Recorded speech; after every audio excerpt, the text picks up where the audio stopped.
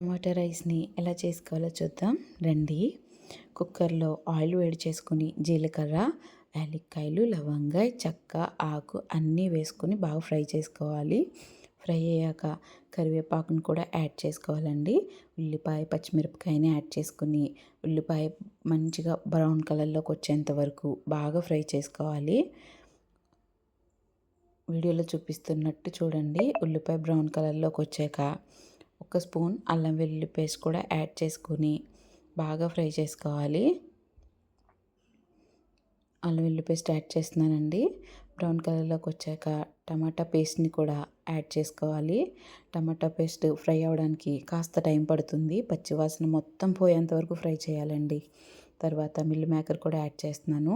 ధనియాల పొడి, మసాలా పొడి, సరిపడినంత సాల్ట్ అన్నీ యాడ్ చేసుకుని ఒకసారి కలుపుకోవాలి. కారం అన్నీ యాడ్ చేసుకొని ఒక్కసారి కలుపుకొని 2 గ్లాసెస్ బియ్యం తీసుకున్నానండి. బియ్యం కూడా యాడ్ చేసుకొని బాగా కలుపుకొని 3½ గ్లాస్ వాటర్ యాడ్ చేసుకుంటున్నానండి కుక్కర్లో కాబట్టి. సరిపడినంత సాల్ట్ చూసుకుని ఒక్కసారి పుదీనా, కొత్తిమీర కూడా యాడ్ చేసేసుకొని వాటర్ వేసుకుని కుక్కర్ విజిల్ పెట్టేసుకుని మీడియం ఫ్లేమ్లో 2 విజిల్స్ రానిస్తే సరిపోతుందండి. 2 విజిల్స్ వచ్చాక ప్రెషర్ అంతా పోయాక కుక్కర్ మూత తీసి చూస్తే పొడి పొడిగా టమాటా రైస్ రెడీ అయిపోతుంది. చూసారా?